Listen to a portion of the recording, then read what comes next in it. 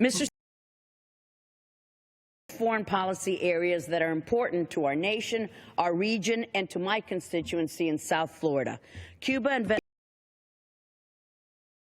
who suffer under dictatorships and are avowed enemies of the United States.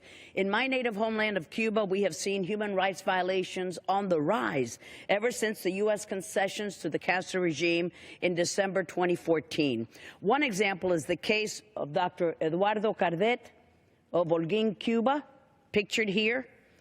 He is a medical doctor and the leader of the Christian Liberation Movement who was savagely beaten in front of his wife and 2 children and has been imprisoned since November 2016. Just days ago, he was sentenced to 3 years in prison.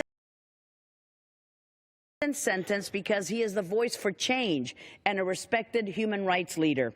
The truth is that Eduardo Cardet has been in prison because he is willing and has been doing it to tell anyone who would listen that the Cuban people do not approve of the Castro regime. For not supporting this vile Castro dictatorship and for speaking out against its cruelty and abuses, he was sentenced to 3 years. Mr. Speaker, we cannot stand idly by as more and more pro-democracy leaders are being beaten and arrested on the island.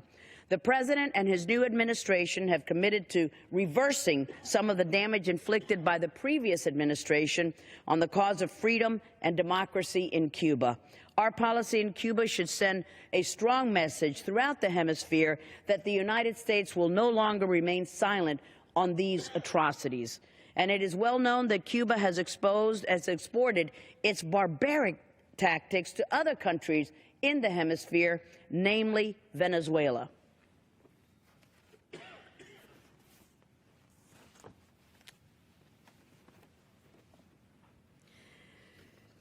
The Venezuelan people believe that there is no justice in their land. They believe that there is no respect for law in their country, and they are right. And what about their economy? Well, according to the International Monetary Fund, the inflation in Venezuela last year was around 800%. 800%.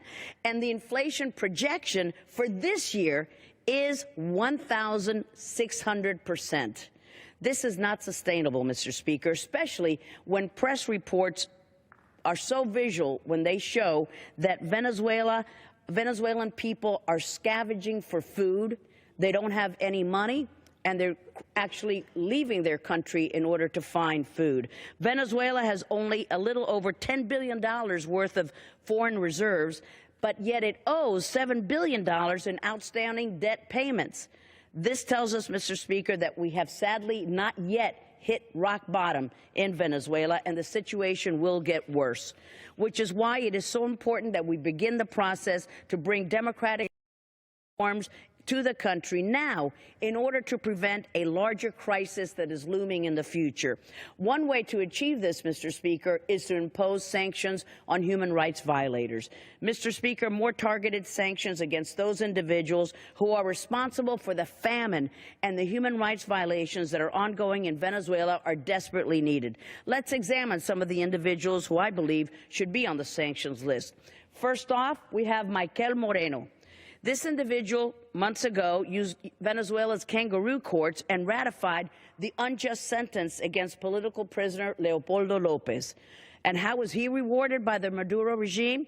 He was appointed to be the president of the Supreme Justice Tribunal. Just appalling. Next up, Marcos Torres.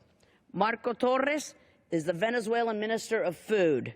Let's examine his awful track record. The food shortages in Venezuela are rampant, and it is difficult for the people to feed themselves or their families. To make matters worse, Mr. Speaker, press reports indicate that Venezuelans are eating from trash in the street just to survive. The Venezuelan people deserve better. Next, we have Jose Vilora Sosa. This gent right here, he's the director of the military prison of Ramo Verde. This decrepit character is responsible for the inhumane treatment and abusive tactics against human rights activist Leopoldo Lopez.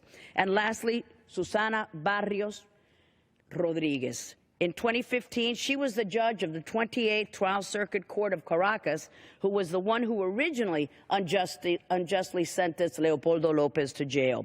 We must provide a voice for those whose rights continue to be trampled and take swift and decisive actions, such as imposing sanctions on all of these regime officials and many more who facilitate those abuses. When it comes to the tyrannies in Cuba and Speaker, we must have a clear vision and a clear understanding of the nature of these rogue regimes that do not respect the rule of law, do not respect freedom of expression, and do not respect any kind of human dignity. Thank you for the time.